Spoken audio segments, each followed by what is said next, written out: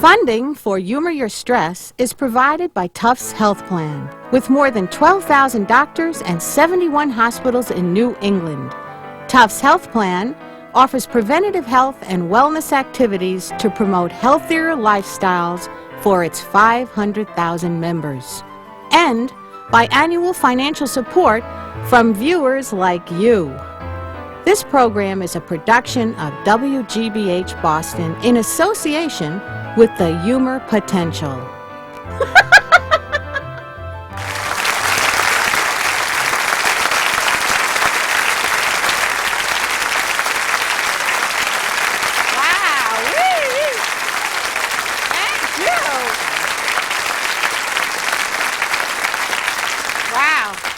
Well, thank you. I'm back. And I'm here to discuss the S word. The S word. Used to be that four-letter words were a real problem, but now it's the S word. Stressed. Everybody's stressed. Everybody's overwhelmed. Everybody's fatigued. Everybody's irritated. It's terrible. Stress is a multi-million-dollar business. That's why I'm never going to be out of work.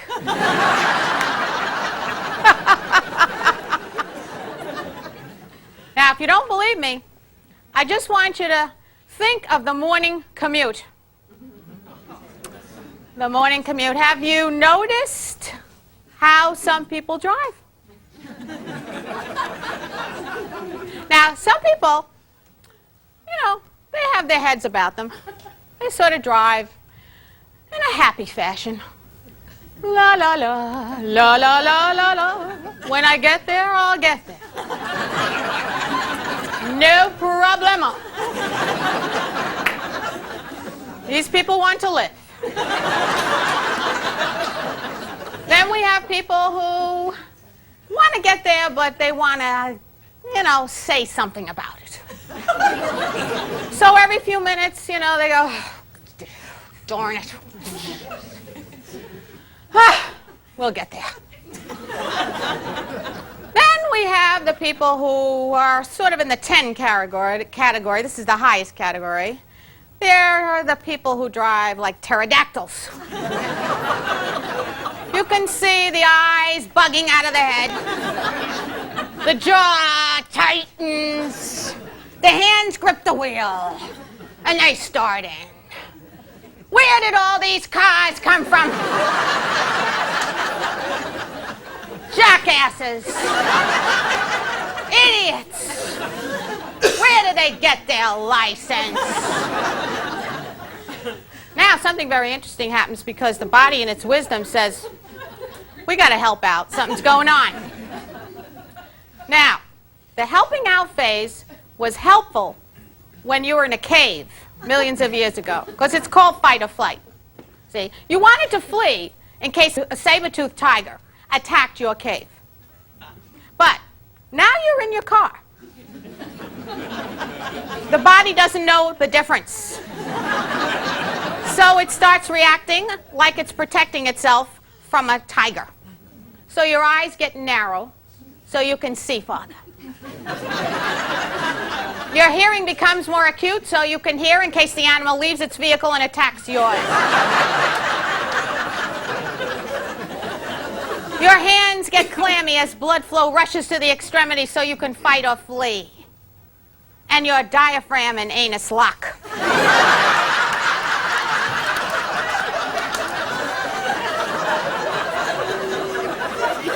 Nature is wise.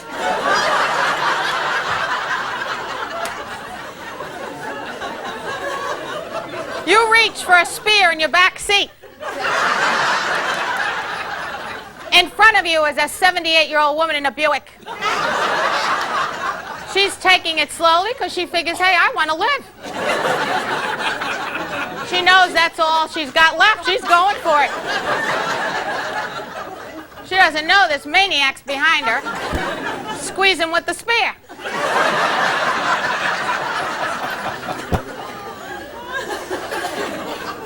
Now, this type of overreaction can get you into big trouble. And really, at the essence of a lot of stress is overreaction. Now, do I want to leave myself out of this? Absolutely not. I imagine some of you have the same concerns I do.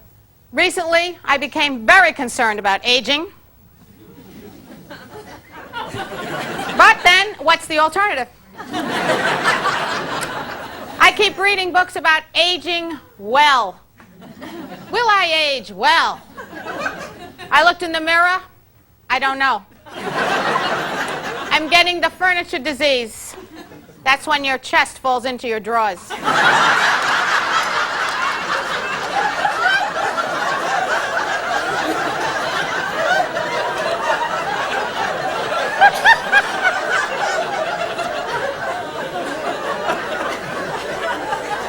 Easy. I took a bath last week and I couldn't find the soap. And I don't want you to think I don't take a bath every day, but that's about all I could remember right now.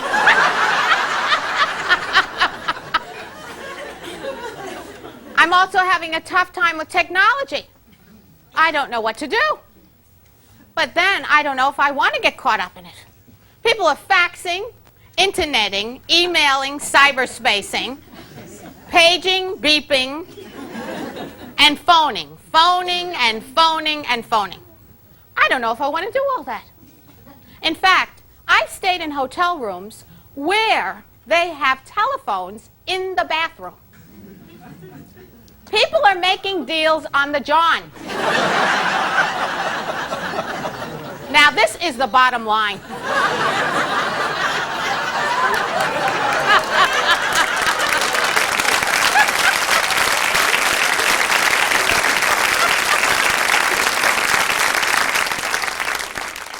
See, I think really what's happened is we've lost contact with reality. We've lost wisdom. We've lost simplicity. We've lost common sense. We've lost the ability to be joyful on a daily basis because we're overly concerned with things that don't make sense. Now, I'd like to share some ways of dealing with stress that might be uniquely different to you. The first one is how to become sensational.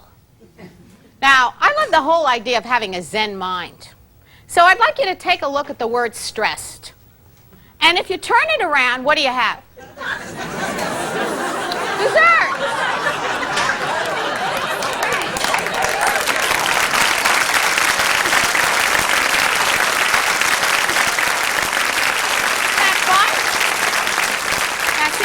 If you have a Zen mind, you actually believe that whether something is painful or not, you are able to discover some way to gain resiliency from that opportunity. See, the Zen mind sees pleasure and displeasure as two sides of the same coin. The Western mind is constantly waiting for displeasure to subside so they can be happy. I gained weight, I can't be happy till I lose it. I married you, I can't be happy till you leave.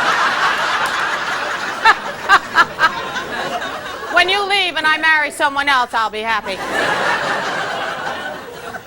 When the children leave, I will be so happy. But see, they never leave. The best you can get is if they marry people they deserve.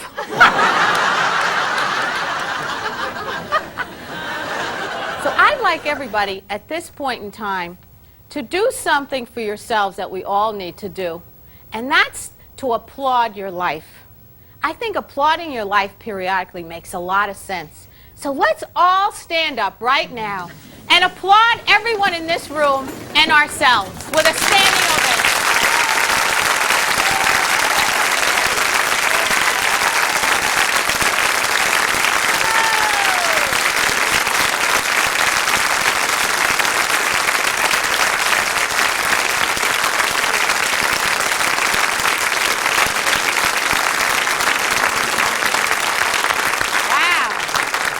You did a good job. Now, how can that work into your life? Well, think of some of the things that go on a daily basis. Why not ask for a standing ovation once in a while? When you go into work,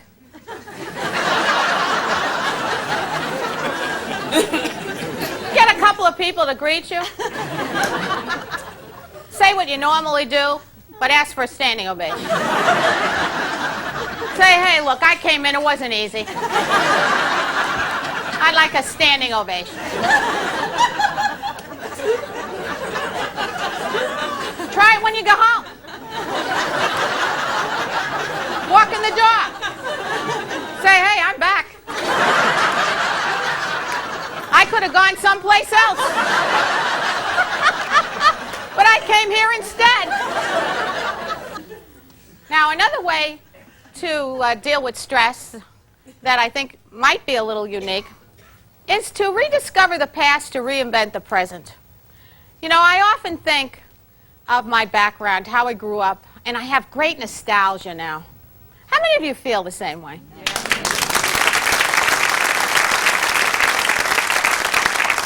And so I thought I'd share with you some of my background.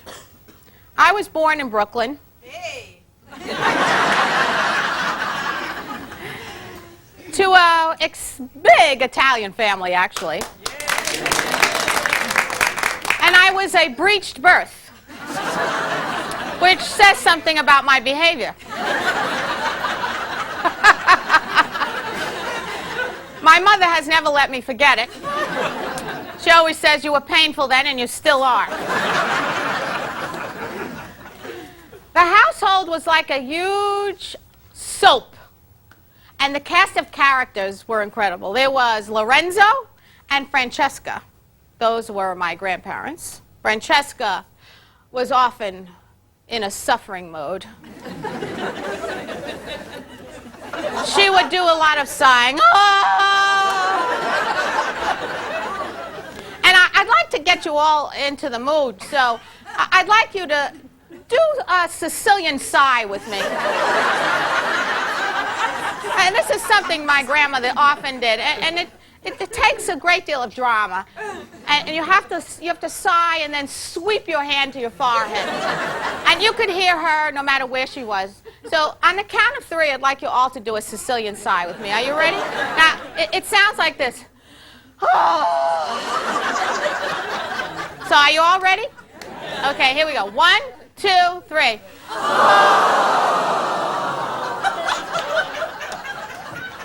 That was excellent. And you know, sighing is something that really relieves stress. Then there was Lorenzo. Lorenzo was my grandfather, and he was the optimist. He was eternally happy. But Francesca wouldn't allow much happiness. So anytime he was enjoying himself, she would say something so that he would have to stop. But he didn't listen very often, and when she was chattering away, he would just do this. See,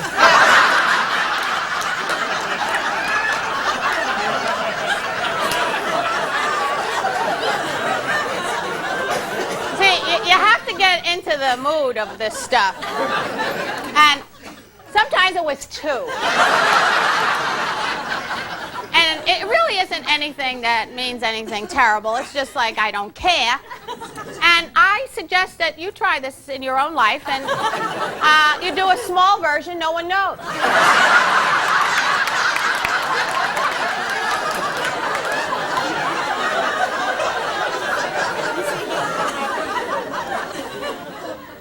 In this wonderful family atmosphere, there was a tremendous amount of action. People going in and out, but they were always doing something. They were yelling, basta, basta. And they were cooking, and they were hugging. Always hugging and yelling and cooking. Not in that order, but in a different order. You always hugged whoever left, because you didn't know whether they were going to come back. And you know, hugging is a terrific thing, isn't it? Being touched makes you feel good. A lot of times today, people don't want to do anything like that. Don't touch me. Don't touch me. And of course, the extended family makes a lot of sense. And we have research to prove it. In the early 60s, there was an actual study done on the Rosetta family. They lived in Pennsylvania. Rosetta, Pennsylvania. And they found that these individuals had extreme longevity. And they couldn't figure out why. Because they smoked, they ate fat, and they didn't exercise. The researchers were scratching their heads. What is going on? Now remember, these people lived in close proximity. Now, something interesting started to happen. They started getting sophisticated, and they started moving away from each other so they could have their own space. That's what you hear a lot today. I want my own space. Guess what happened? They started dying sooner. So, as a result of this study, they discovered that the glue of life is loving support. And this is really missing from a lot of our lives today, isn't it? Yes. Don't we wish we could go home and have Francesca and Lorenzo greeting us at the door, holding a spaghetti spoon. Another thing that went on in our family was we had a lot of eccentricity. People of all shapes and sizes and mental status stopped by.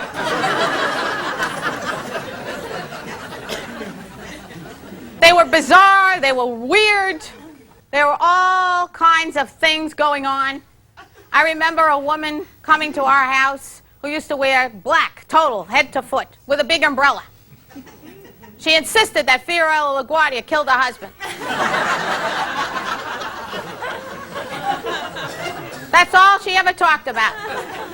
She would sit at the table and come up with these stories, and my grandmother would just go, which meant she was menza stunada. Which means the lights are on, but nobody's home.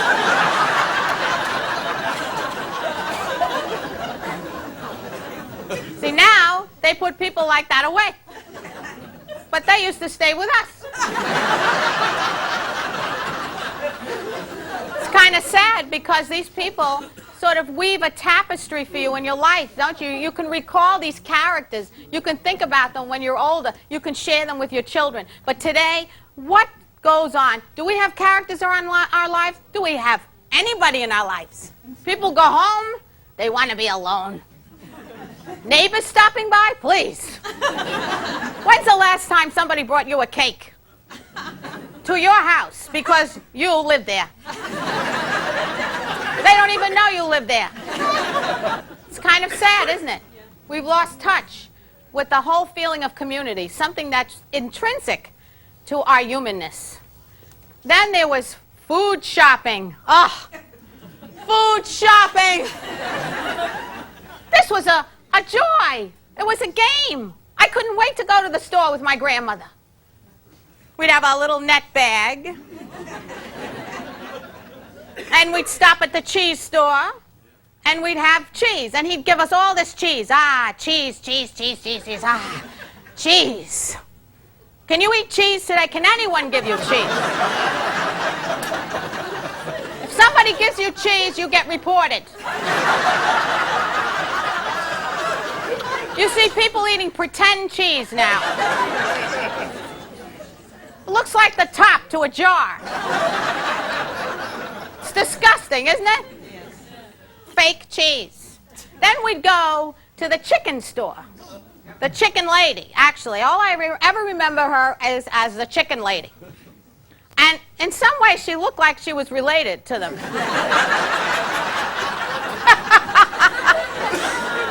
She would wear these crazy outfits, and she always was running after them, calling them names. And my grandmother made certain that she fondled the chicken she bought. She wanted to touch it, see if it had meat on it, when it looked alive. She looked in its eyes. She wouldn't take it home unless they had met each other. She had intimate understanding of her chicken. You don't know your food today.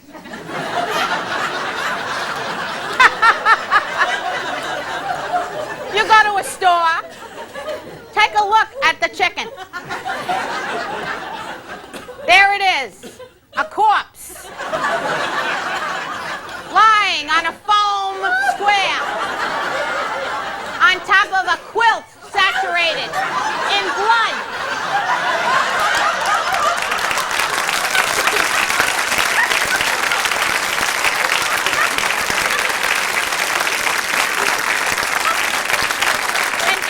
You brought the food home, and you delighted in cooking it. As you cooked it, you know, you talked about it. Look at this. Look at this. Doesn't this look good? Then, as we ate it, we discussed more. How we were going to buy more food. So you ate and you planned to eat. You can't eat and enjoy your food today. There's always some terrorist at the table.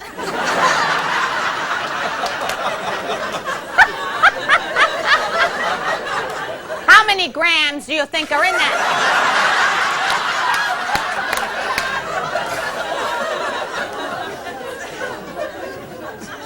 You're going to be sorry.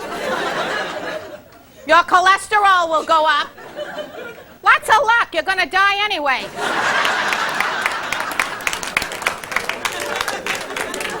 Red Fox had something interesting to say about that. He said, what are all these health fanatics going to do when they're in the hospital dying of nothing?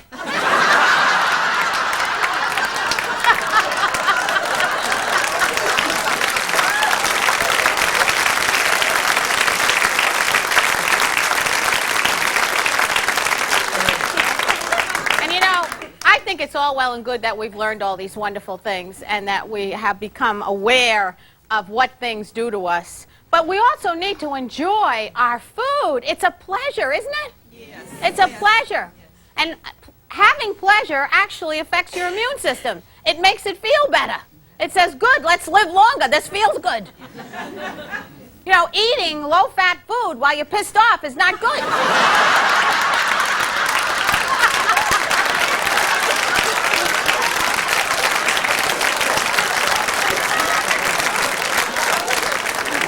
I also remember that the house used to be quiet once in a while.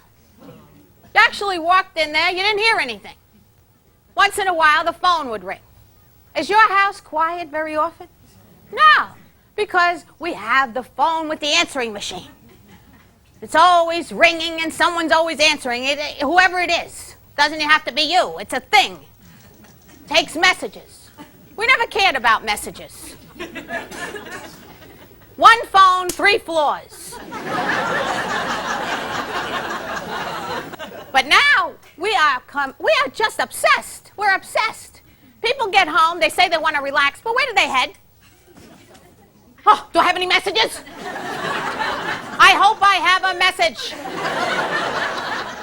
I feel so insignificant, I hope someone's called me. And I'm such a pompous ass, I need to talk to everybody.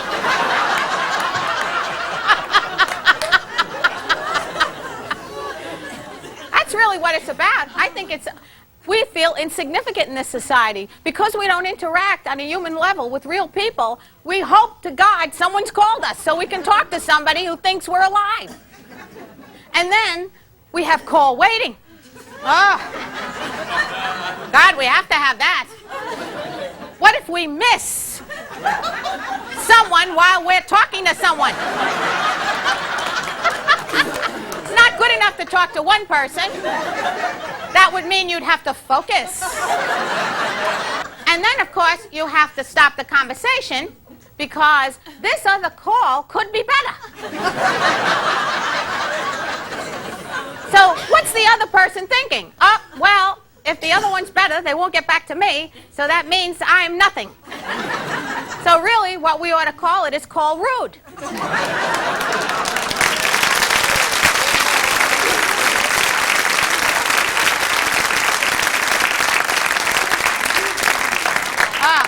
This is one of my favorites. Kids were kids. I was the kid. I was very much loved. I was the focus of a lot of attention, but I was not the center of the universe. I don't know what's happening, folks, But little kids are getting bad messages. A lot of them think they should have attention 24 hours a day.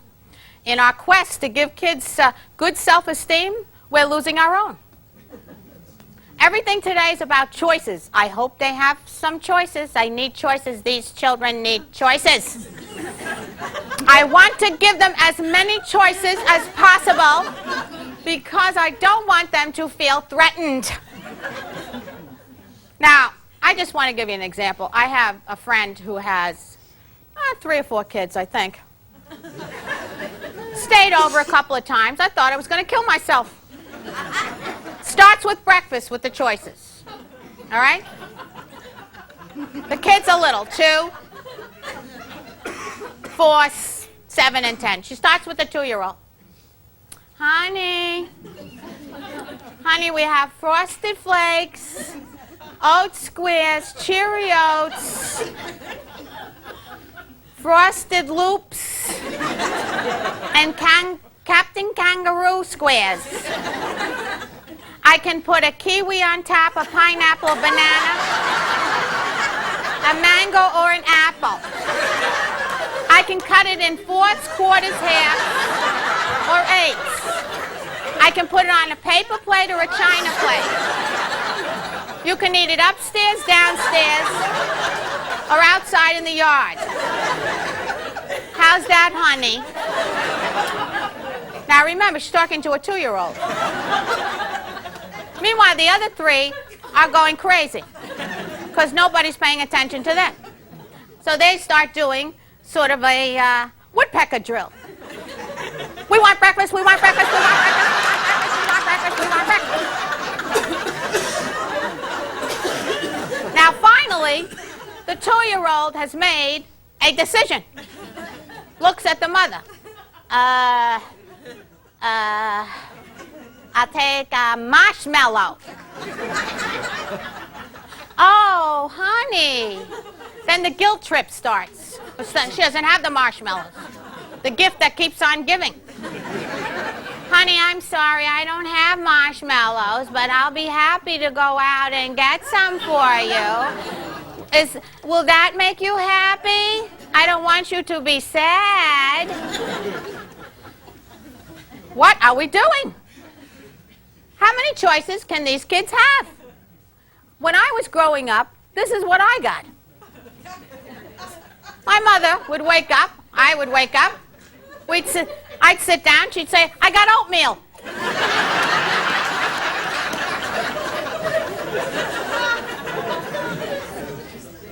I'd say, I don't think I want oatmeal.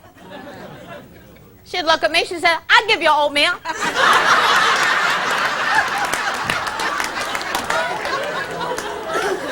And how about toys? I can remember my toys.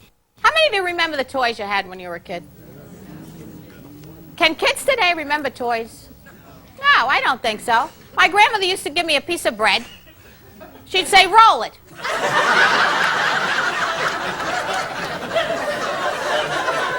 Then she'd hand me some sesame seeds. She'd say, put them on there, one by one. Do you know how many hours that took? Or my mother would say, go out and play with some rocks. Rocks or us.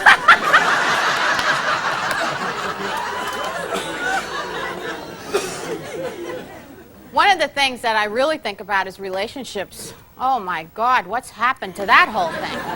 Today, you cannot stay together without reading men who can't talk to women who won't listen. Women who marry men who said what they had to say but won't say it again.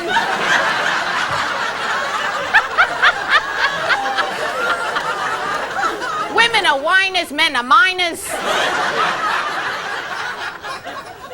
And you have to go at great lengths to get people to understand what you've said. So you have to extrapolate the information from the book, and you hope that you say it right so that they will hear it. So when you ask for something, you have to go through this incredible dialogue. Did you hear what I said the way I said it? Or would you like me to say it the way you need to hear it? Or should I repeat it the way you feel? If you don't feel right, should I wait till you feel better? When do you think we can get together so we'll both hear it? I remember my grandparents having a little conflict. They have a couple of words, and then one of them would say, "Shut up!"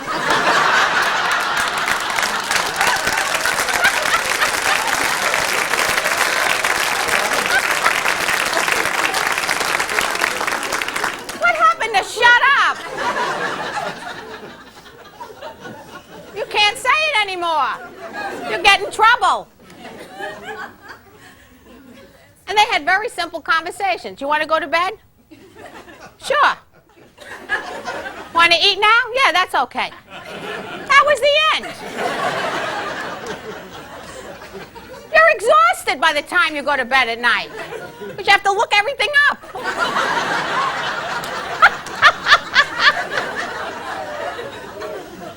And how about sex? Oh, this is a whole thing.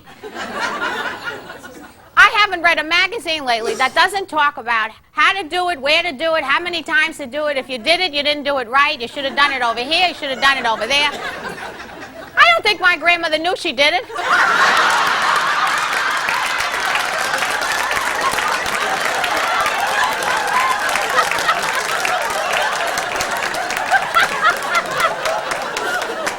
She had 5 kids. I don't think she knew where they came from.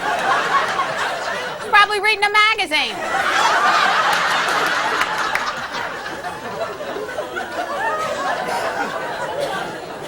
Now you have to learn how to talk about that too, so you can coach the other person. I didn't like the way you did it over there. You should have done it over here a little bit. This would feel better. Maybe we should go to a therapist and find out how to do it. You have to find out how to say, do you want to do it? You know, that's another thing. Remember people you say, you want to do it?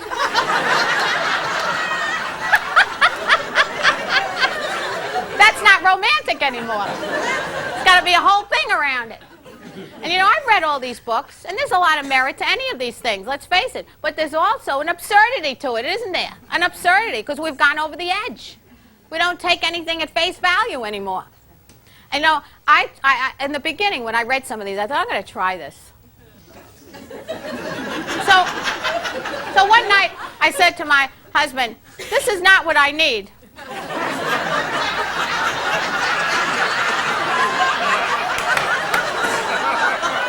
He looked at me and he said, well, this is all I got.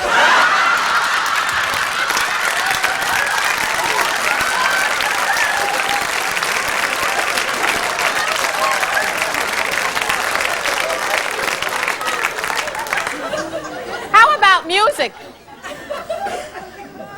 Music was, it lifted the spirits. I remember I was quite fortunate. I lived in a home filled with classical music. It was incredible. Every day, my grandfather knew all the operas and show tunes. I was given all kinds of access to musicals and show tunes. I mean, I was singing in the rain. I was tap dancing. I was just a ball of fun. I mean, I was my own entertainment center. Today, we don't have a lot of these things wafting through the house, do we? No. People listen to music now that I'm sure has been recorded in the depths of hell. No wonder people are like this.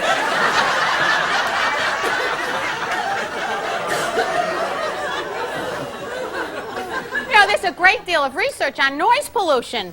This can make you crazy. Bring back some of this music into your homes. I'm telling you, it lifts the spirit. It really does. And how about motion? I remember my grandfather walking. He walked. He just walked to the store. 7 miles sometimes. He walked. It was not like a forced drill. Everybody gets the opportunity to walk. We're born with the ability to move, too, aren't we? Sure, we all used to move around. If you look at little kids, do they ever have to do power walking? No. But see, unfortunately, as soon as you stop moving around, somebody says, stop moving. You see me moving? I'm not moving. I don't move much at all. That's why I go to a health club and have my leg lifted.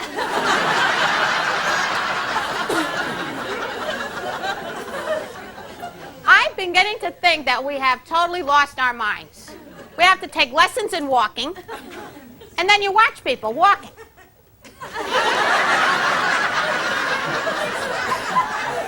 Or they're running. My husband said the next time he sees somebody running that's happy, he'll run after them.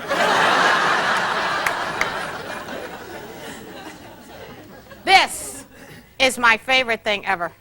Clothing made sense. I want you to picture my grandmother, big flowered house dress. Lots of room. Everything felt comfortable. Her bra, sturdy, strong. The straps could have held up the Brooklyn Bridge.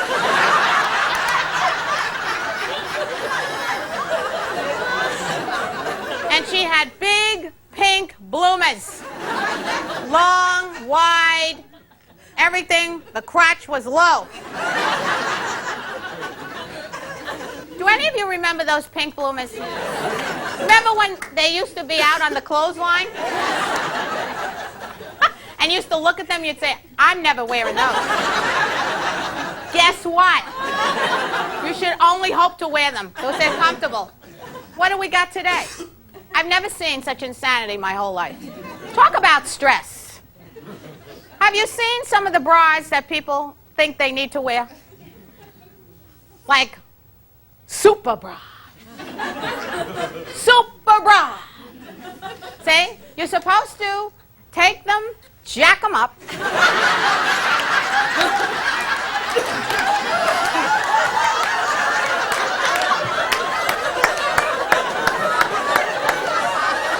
Now they're not what they used to be.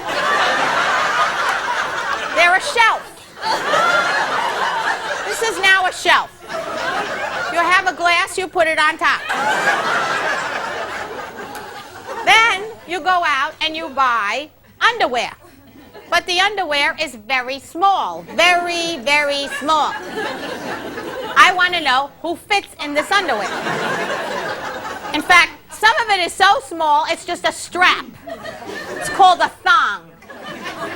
Now, I want to know why you spend good money to put something someplace that you spent years taking something out of.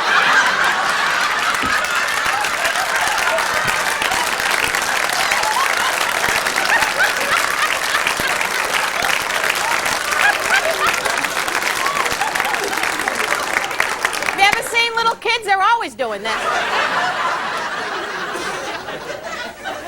So now you got the thong and the super bra. And you're walking around.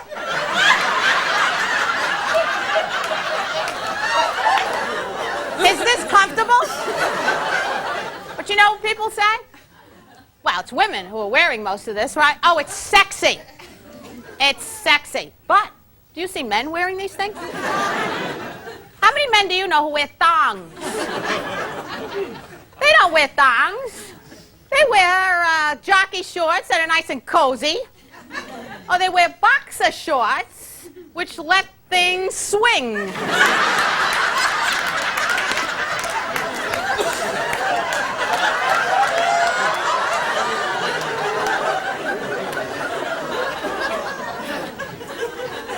I tell you, there's a lot to be learned from the past, especially about underwear. And then there was laughter and tears. You know, we laughed till we cried till we laughed. I remember going to funerals where people would wail and moan. In fact, they even used to import people to pick up the pace when my grandmother let down. They actually hide them. They're a bunch of women. They go, ah! And you know, I've never laughed so much sometimes at funerals. We would laugh, we would cry, and we'd think about what we were going to eat when we went back home. And today, people are not laughing as much as they did, are they? I do many workshops where people come up to me and they say, I haven't laughed this much in a long time. And you know something? Pay strict attention to that, because a lack of humor in your life is one of the roads to depression. The less you laugh, the less you laugh. And when you're finally not laughing at all, they take you away. And they put you in rehab. Then you get into group therapy, and you color and make baskets. And when you're finally laughing, they send you home.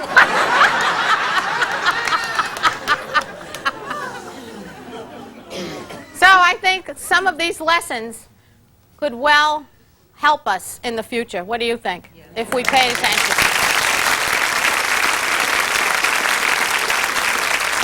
And now, I'd like to share my 8 steps of enlightenment with you. That's kind of my third way to get you, perhaps, to relieve stress. And some of them are quirky. Some of them are serious. Some of them just have a lot of common sense. The first one is lighten up. Let's lighten up. I mean, what's all the serious behavior about? What, is everything serious? A wet towel on the bed is not the same as a mugging.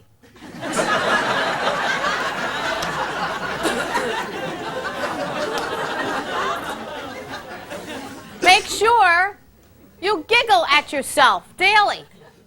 Discover that you're the joke. If you don't get it, you're going to have a hard time. Number 2, light the way. Smile. Smile often.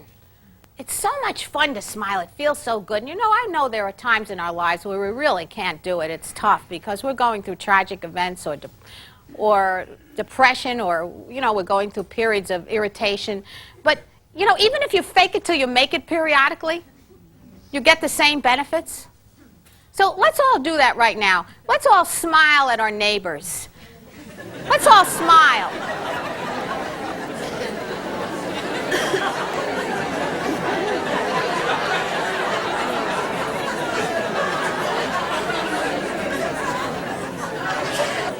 Why not wake up tomorrow morning with a smile on your face? Wouldn't that be an interesting difference? One of my favorite meditations is the smiling meditation by Thich Nhat Hanh, who is a Vietnamese monk who writes a great deal of books on being peaceful.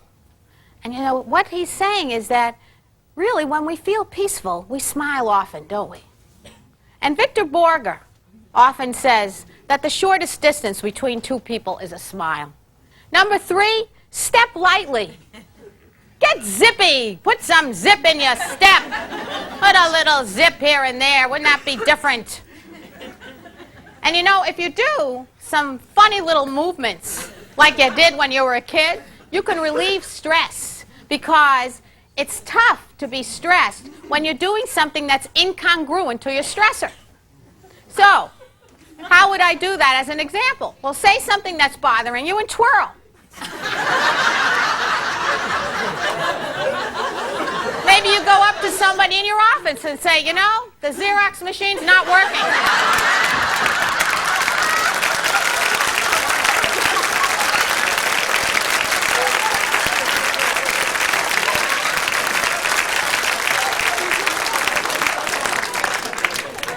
Try it at home. Wouldn't it be a little different at home? Just go up to whoever you're living with and say, you know, I can't take much more.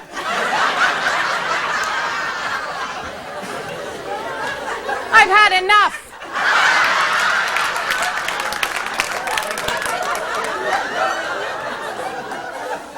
Do a little something that's weird once in a while with body motion. Go out of your bedroom backwards. Say, I don't know whether I'm coming or going.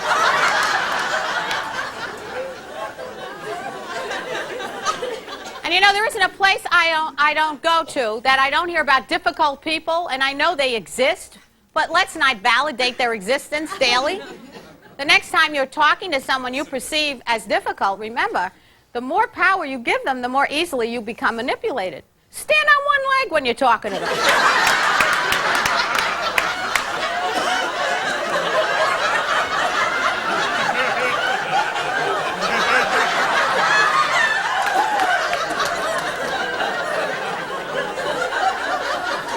It's not harmful. And what it does, it creates a little equanimity, doesn't it? Without hurting anybody. How about discover your inner light? Meditate, pray, count your blessings. I don't think we spend enough time going within and being quiet and listening to our inner wisdom. And it really means so much because you know what? It re-energizes you because you get to hear the real you.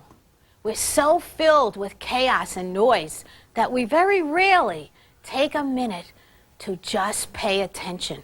Wouldn't it be great to wake up every morning and say, here I am, I'm back. And I'm breathing, this is good.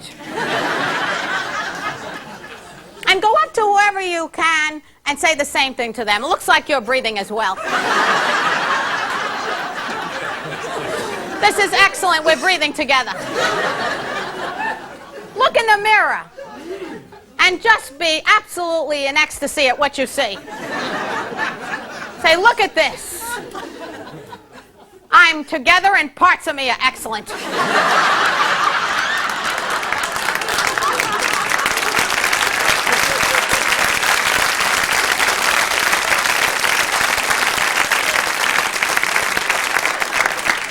And don't forget to find the bless in the mess. The bless in the mess is the Zen philosophy, where we look within things that we really truly don't think are to our benefit and find the benefit. And that takes a lot of courage.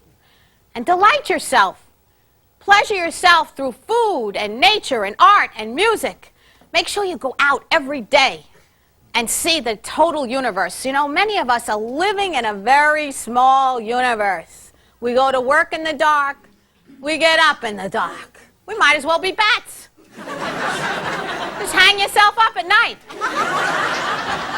You'll be all set. Transform the way you look at the universe by going outside.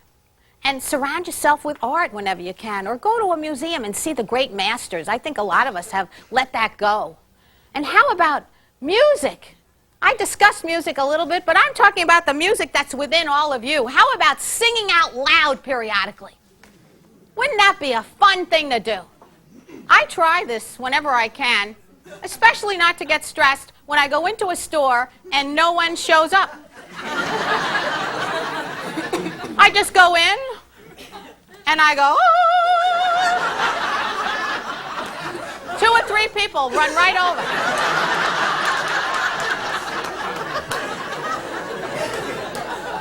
They say, what can I do? What can I do? I say, nothing, you did it, you're here. See, why get stressed if you don't have to? And lighten your load. Why don't we give up doing everything? There are people, I bet, sitting here who are always doing everything. I'll do it, I'll do it, I'll do it, no problem, I'll do it. I need to do it. Because I am the universal poobah of everything. And you know, if you think about it, if you don't allow other people to do things, you are really creating a selfish universe, because allow people to give you the gift of doing. It's really very important. It helps all of us grow. And call in well once in a while. We spend more time being dysfunctional around illness, don't we? Sick days. Well, all right, you may need them. But why don't we have well days as well? Why don't we call in well? Call in someday and say, I'm so well, I'm not coming in.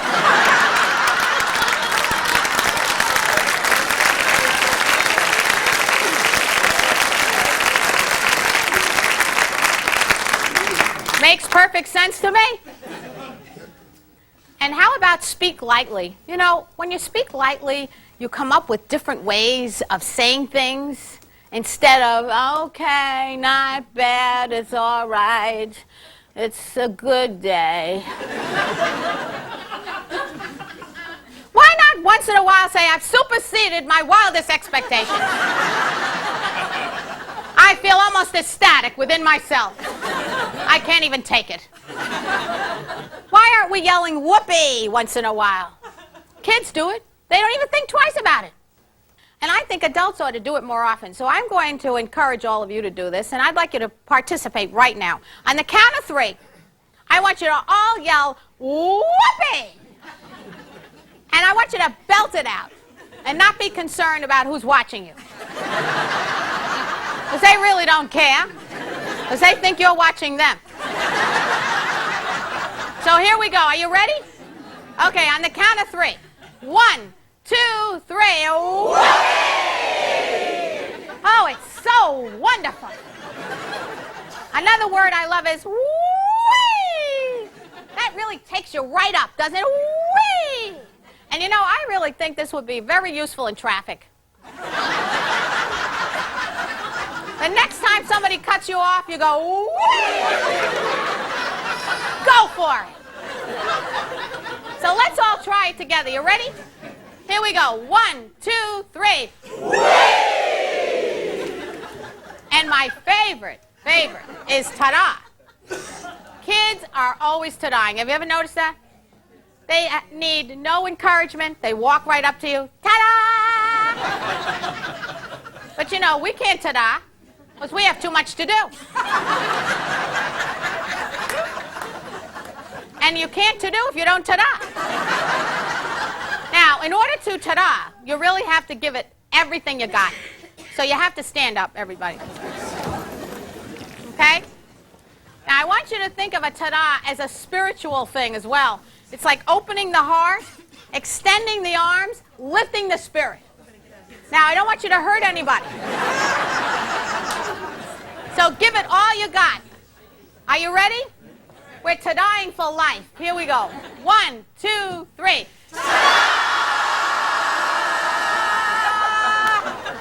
That looked excellent. Do you think we should try it one more time? Yeah. You know why?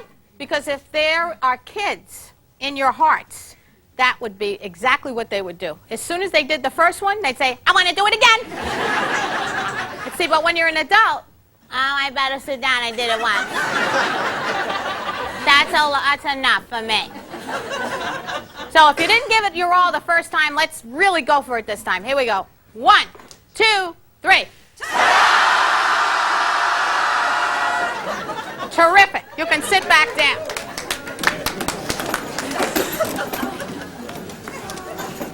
Now, last but not least, become a beacon of light. You know, one of the missions I have in my life is to really make a difference when it comes to spreading joy.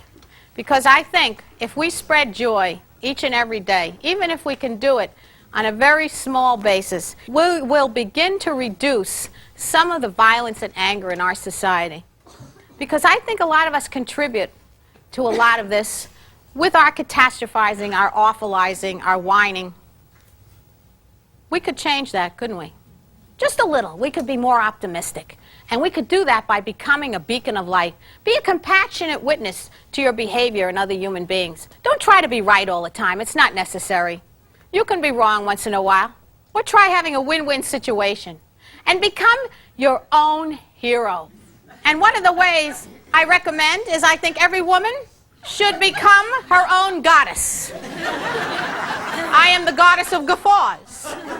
You can choose your own title, but get yourself a little outfit.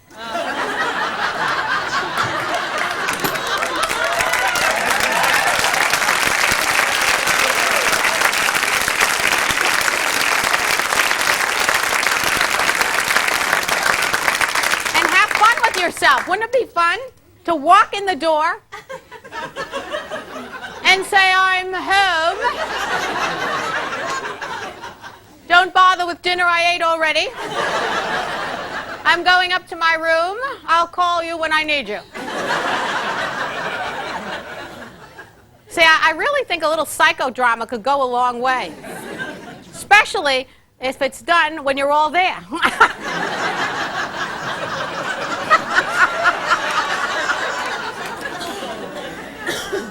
Certainly, I also believe that the men need to be heroes also.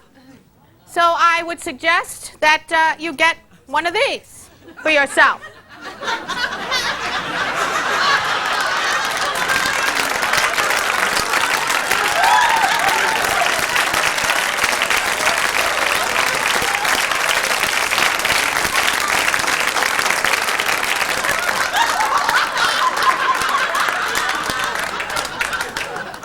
You too can walk in the door at night and say, "My darling, I have slain the dragon. I am here for you. Don't worry. I will take you to yonder land where we will be happily ever after." And don't we all wish this would happen once in a while? So you don't have to read books. You can be your own book. And last but not least, I think this is one of the most fun ways to be a beacon of light, and very simple, with a clown nose. Clowns are awesome. And they do such good things for people. You know, they actually can help heal. So you can be a beacon of light with this nose.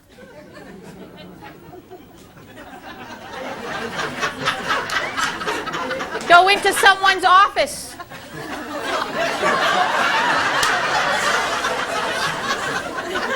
And if you'd like to complain, do it with the nose on. Just say, "I'm here, nosing around. Thought I'd see what's going on." Try it at home. Have a humor night. Have a humor dinner. Everybody sit around with your nose on. Just see what happens. The exchanges will be dramatically different. So I hope that I have given you a little insight in perhaps how to change some of the things in your life. Not all of them, but it may give you little reasons here and there to review some of the things you're doing. And celebrate. Celebrate whenever you can. Because this is it, folks. It's not happening again. It's not a dress rehearsal. So I wish you all good health and wonderful, wonderful years ahead. But I'm going to say it the Italian way, which is salute, cent'anni. Thank you.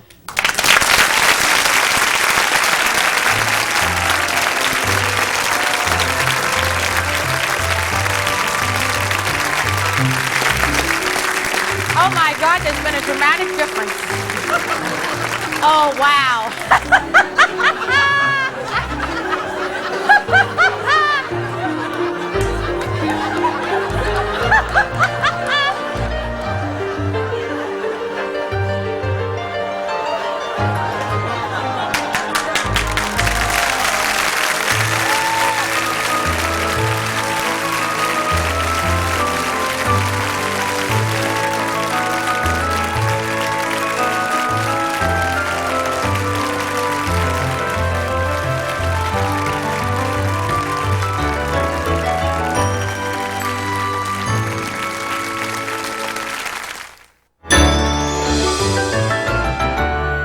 Funding for Humor Your Stress is provided by Tufts Health Plan, with more than 12,000 doctors and 71 hospitals in New England.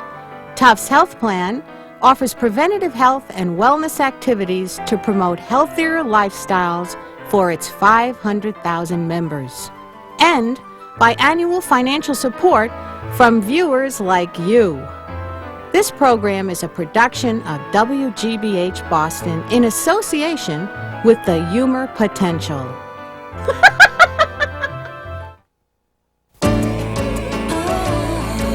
This is PBS.